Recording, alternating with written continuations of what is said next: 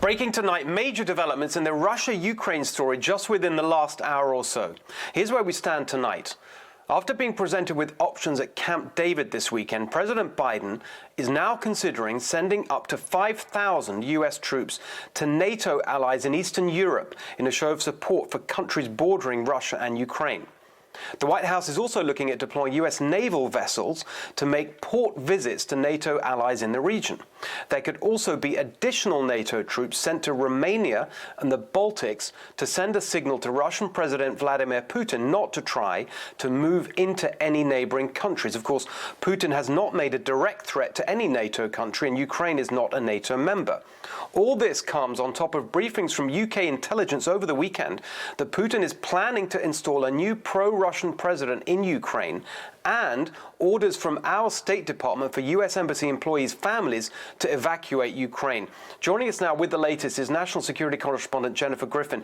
Jen, it's really this was surprising to me, this briefing, but it seems to me to add up to maybe this is the strategy. We've had these briefings. Is this a briefing war? Over the last few days, we've had the briefing from U.S. intelligence about Putin planning false flag operations to try and create a pretext for invasion. Then you had the UK intelligence briefing about this alleged plot to install a pro-Russian president, and now really open briefings about troop deployments. Is that the plan here, to deter Putin with this kind of media war, in a sense?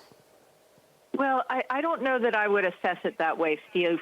I think what you're seeing is these are right now, reporters are getting indications from officials about how very serious the situation is right now in Ukraine, and that the intelligence, whether it's intelligence that's been shared with Britain or the Five Eyes, U.S. intelligence, is all indicating the same thing. Russia has 127,000 troops, with more on its way to the borders, all sides of the borders with Ukraine.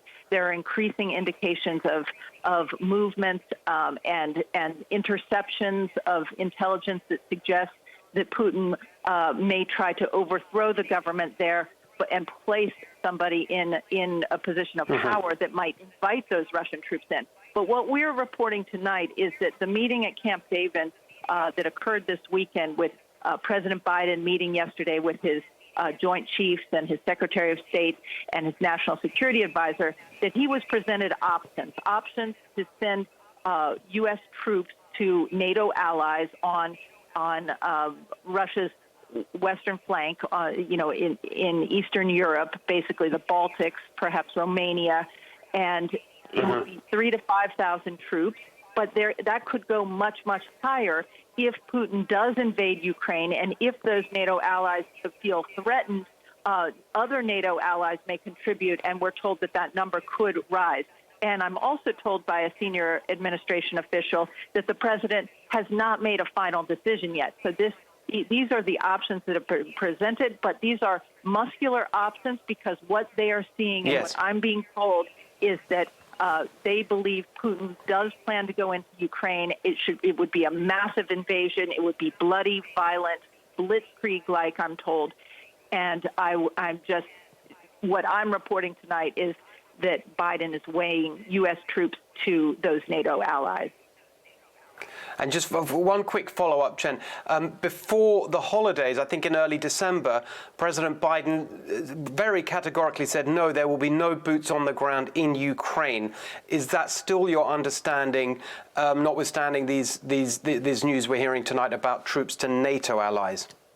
Absolutely. That is still the position of this administration. There will be no U.S. troops sent to fight Russian troops in Ukraine. That is not in the cards. There are 150 special operations, Green Berets and National Guard inside Ukraine right now doing training exercises. But if Putin were to invade, those troops would be airlifted out. The U.S. is not going to be fighting Russian troops on the ground inside Ukraine, but they are going to bolster NATO allies who feel very nervous tonight with so many Russian troops on the border of Ukraine.